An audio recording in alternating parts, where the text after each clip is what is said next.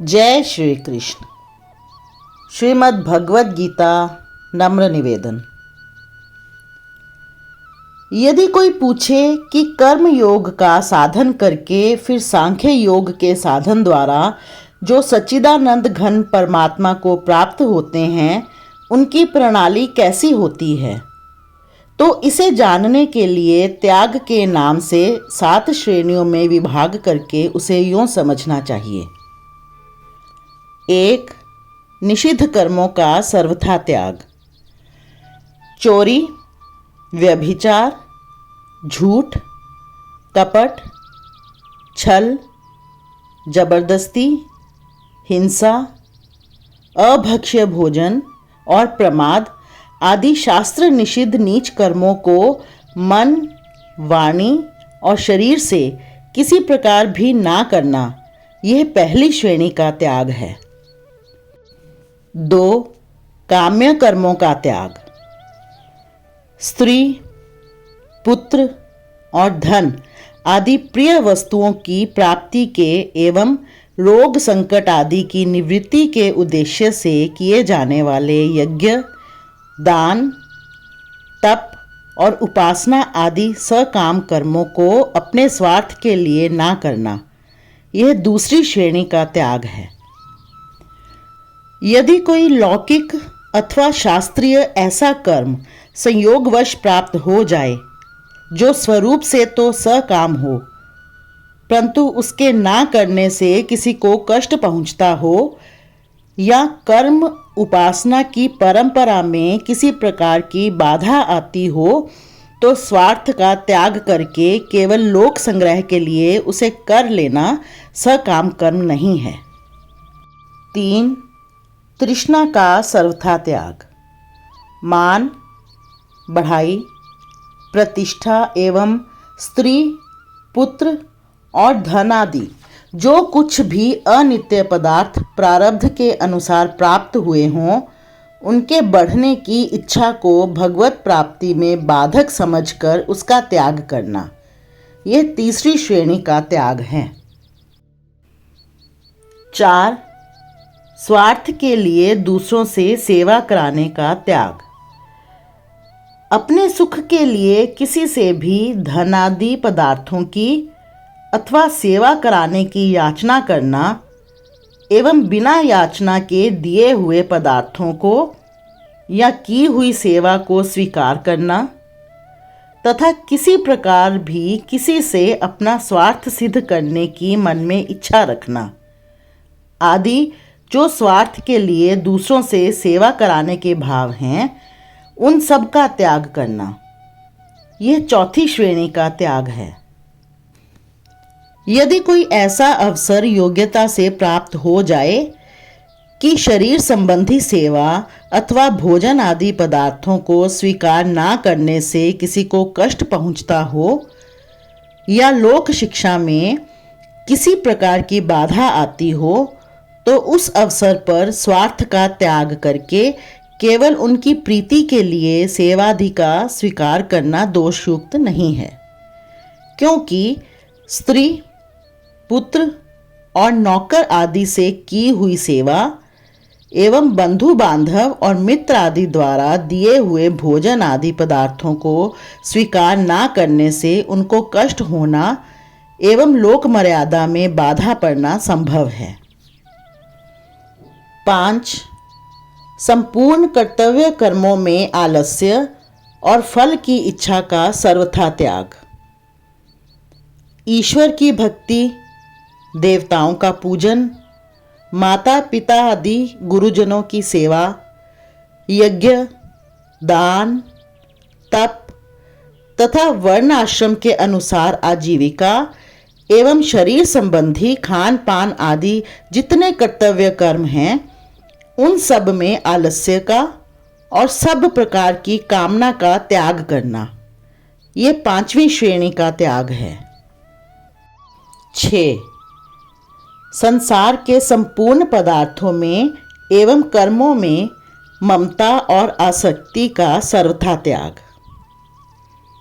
धन, मकान और वस्त्र आदि संपूर्ण वस्तुएं तथा स्त्री, पुत्र और मित्र आदि संपूर्ण बांधवजन एवं मान, बढ़ाई और प्रतिष्ठा आदि इस लोक के और परलोक के जितने विषय भोग रूप पदार्थ हैं, उन सबको क्षण भंगुर और नाशवान होने के कारण अनित्य समझकर उनमें ममता और आसक्ति का ना रहना और केवल एक परमात्मा में ही अनन्य भाव से विशुद्ध प्रेम होने के कारण मन, वाणी और शरीर के द्वारा होने वाली संपूर्ण क्रियाओं में और शरीर में भी ममता और आसक्ति का सर्वथा अभाव हो जाना, ये छठी श्रेणी का त्याग है।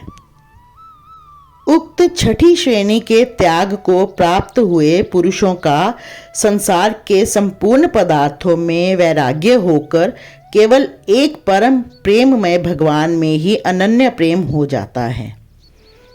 इसलिए उनको भगवान के गुण, प्रभाव और रहस्य से भरी हुई विशुद्ध प्रेम के विषय की कथाओं को सुनना, सुनाना और मनन करना तथा एकांत देश में रहकर निरंतर भगवान का भजन, ध्यान और शास्त्रों के मर्म का विचार करना ही प्रिय लगता है।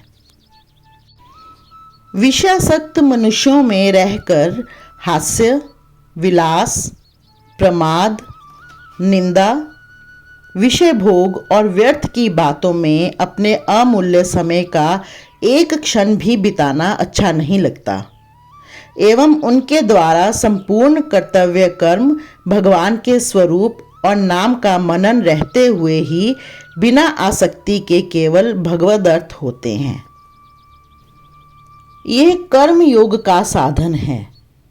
इस साधन के करते करते ही साधक परमात्मा की कृपा से परमात्मा के स्वरूप को तत्वतः जानकर अविनाशी परम पद को प्राप्त हो जाता है। किंतु यदि कोई सांख्य योग के द्वारा परमात्मा को प्राप्त करना चाहे तो उसे उपर्युक्त साधन करने के अनंतर निम्नलिखित 7वीं श्रेणी की प्रणाली के अनुसार सांख्य योग का साधन करना चाहिए। 7. संसार, शरीर और संपूर्ण कर्मों में सूक्ष्म वासना और अहम भाव का सर्वथा त्याग। संसार के संपूर्ण पदार्थ माया के कार्य होने से सर्वथा अनित्य हैं और एक सच्चिदानंद घन परमात्मा ही सर्वत्र समभाव से परिपूर्ण है। ऐसा दृढ़ निश्चय होकर शरीर सहित संसार के संपूर्ण पदार्थों में और संपूर्ण कर्मों में सूक्ष्म वासना का सर्वथा अभाव हो जाना, अर्थात अंतःकरण में उनके चित्रों का संस्कार रूप से भी ना रहना एवं शरीर में अहम भाव का सर्वथा अभाव होकर मन, वाणी और शरीर द्वारा होने वाले संपूर्ण कर्मों में कर्तापन के अभिमान का लेश मात्र भी ना रहना और इस प्रकार शरीर सहित संपूर्ण पदार्थों और कर्मों में वासना और अहम भाव का अत्यंत अभाव होकर एक सच्चिदानंद घन परमात्मा के स्वरूप में ही एक ही भाव से नित्य निरंतर दृढ़ स्थिति रहना, यह 7वीं श्रेणी का त्याग है। इस प्रकार साधन करने से वह पुरुष तत्काल ही सच्चिदानंद घन परमात्मा को सुखपूर्वक प्राप्त हो जाता है। किंतु जो पुरुष उक्त प्रकार से कर्म योग का साधन ना करके आरंभ से ही सांख्य योग का साधन करता है, वह परमात्मा को कठिनता से प्राप्त होता है। संन्यासस्तु महाबाहो दुख माप्तुम योगतः। यहाँ यह प्रश्न होता है कि कोई साधक एक ही समय में दोनों निष्ठाओं के अनुसार साधन कर सकता है या नहीं। यदि नहीं तो क्यों? इसका उत्तर ये है कि सांख्य योग और कर्म योग इन दोनों साधनों का संपादन एक काल में एक ही पुरुष के द्वारा नहीं किया जा सकता। क्योंकि कर्म योगी साधन काल में कर्म को, कर्मफल को, परमात्मा को और अपने को भिन्न भिन्न मानकर कर्म फल और आसक्ति का त्याग करके ईश्वरार्थ या ईश्वरार्पण बुद्धि से समस्त कर्म करता है। और सांख्य योगी माया से उत्पन्न संपूर्ण गुण ही गुणों में बरत रहे हैं अथवा इंद्रियां ही इंद्रियों के अर्थों में बरत रही हैं। ऐसा समझकर मन, इंद्रिय और शरीर के द्वारा होने वाली संपूर्ण क्रियाओं में कर्तापन के अभिमान से रहित होकर केवल सर्वव्यापी सच्चिदानंद घन परमात्मा के स्वरूप में अभिन्न भाव से स्थित रहता है। कर्मयोगी अपने को कर्मों का कर्ता मानता है, सांख्य योगी कर्ता नहीं मानता। कर्मयोगी अपने कर्मों को भगवान के अर्पण करता है, सांख्य योगी मन और इंद्रियों के द्वारा होने वाली अहमता रहित क्रियाओं को कर्म ही नहीं मानता। कर्मयोगी परमात्मा को अपने से पृथक मानता है, सांख्य योगी सदा अभेद मानता है। कर्मयोगी प्रकृति और प्रकृति के पदार्थों की सत्ता स्वीकार करता है, सांख्य योगी एक ब्रह्म के सिवा किसी की भी सत्ता नहीं मानता। कर्मयोगी कर्म फल और कर्म की सत्ता मानता है, सांख्य योगी ना तो ब्रह्म से भिन्न कर्म और उनके फल की सत्ता ही मानता है और ना उनसे अपना कोई संबंध ही समझता है। इस प्रकार दोनों की साधन प्रणाली और मान्यता में पूर्व और पश्चिम की भांति महान अंतर है। ऐसी अवस्था में दोनों निष्ठाओं का साधन एक पुरुष एक काल में नहीं कर सकता। जैसे किसी मनुष्य को भारतवर्ष से अमेरिका के न्यूयॉर्क शहर को जाना है, तो वह यदि ठीक रास्ते होकर यहाँ से पूर्व ही पूर्व दिशा में जाता रहे तो भी अमेरिका पहुँच जाएगा और पश्चिम ही पश्चिम की ओर चलता रहे तो भी अमेरिका पहुँच जाएगा।